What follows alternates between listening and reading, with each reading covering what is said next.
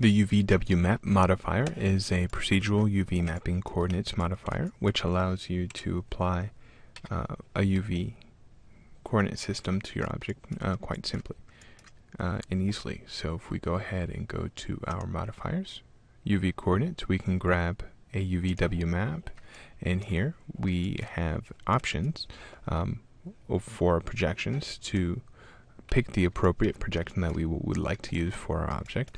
In this case, something like this would probably be a box projection, which is a, if we scale our manipulator here, our length and width, you can see it's essentially a planar per face.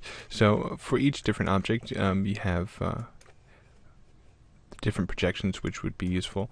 For the most part, the UVW Map Modifier is most useful for simple shapes, with the exception of the XYZ to UVW, which is a 3D projection paradigm which allows you to map procedural texture maps to your object without having seams, which is quite useful.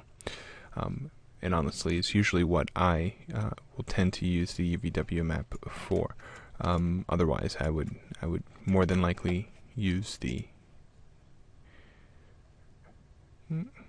unwrap UVW. But that's besides the point. So here we have our various projections here, and the projections that you pick, they're stored to a different map channel. Each object can have up to 99 different map channels, and you can pick the map channel that you would like to use per texture within the coordinates tab of each within each texture here. So in this case, we're storing our UVs to map channel 1, and we're using map channel 1 here. So if we switch this to 2, there is no data here stored in 2 until we tell this UV projection to be stored within 2.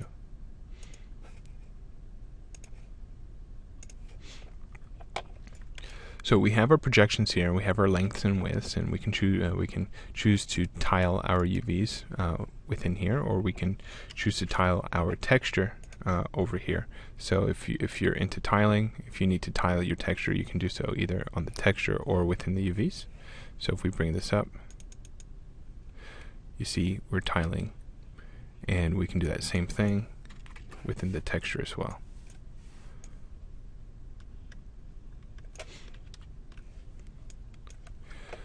Real world map size, this relates to a paradigm where it allows you to predictably scale your projection using your texture. So if we set real world map size on, we no longer have control over here, and if we hit M, we can come over here and also enable use real world scale. So if you enable this, more than likely you're going to want this enabled, and this will allow you to scale using your scene units. So you can have you can use the same texture in order to have a you can use the same texture with different settings in order to change the scale here. We'll go over use real world scale in another video. So we have our projections, we have our channels. So you can also store to vertex maps if you want to store to, if you want to do color vertices or vertex colors, you'd use vertex color channel for the map coordinates there. Now for our projection, I'm going to switch to a planar projection right now, and if I want to manipulate the width interactively, we can use the manipulate tool or activate that same tool here. You see now it's on. We can go ahead and change our size with this particular tool, and above the tool itself we can use different alignments. So in this instance we have a planar that's aligned to the z-axis. So if we look at z coming up here, it's aligned to that z. If we go to y, it's aligned to y, and same with x. Everything within the alignment section will allow us to change the size or position or the orientation of our gizmo. So if we were to use fit, you get to see it centers essentially our pivot, and also make sure that our gizmo matches the bounding box of our object, the shape of our object.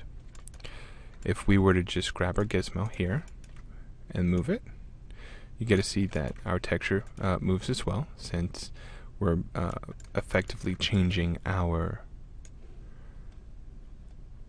UV space here, so it looks so our texture is moving on the surface.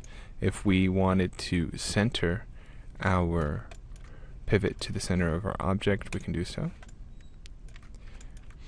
Bitmap fit will actually change the size of our gizmo to match the size of a texture. So if we bring this here and hit open, you see the size of the gizmo matches the proportions of the texture, so they have the same aspect ratio. View align will allow you to change the orientation of your gizmo to match the orientation of your camera. So if we do view align here, you get to see the position doesn't change. This just affects the orientation. And opposite to that, we can change the size, well, not opposite, but we can change the size of our region using the region fit. And this is an interactive tool where we can click and drag and change the size of our gizmo interactively. And again, it does not affect the position, just the size. So our view align affects the orientation, and our region fit will affect the size of the gizmo. Acquire, we'll do that we'll do that now. So if I have another object altogether, so we'll just duplicate this. Another object that has a UV projection, a UV map modifier on here. Let's do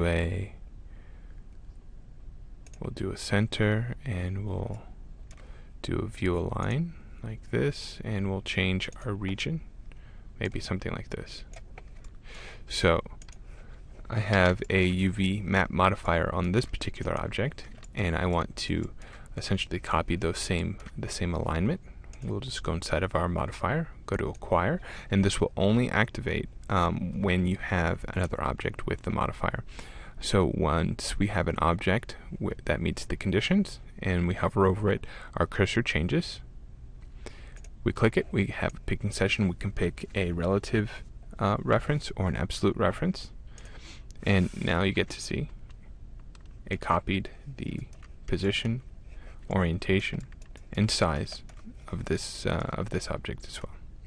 So that's what your acquire does, and reset will allow you to reset your position.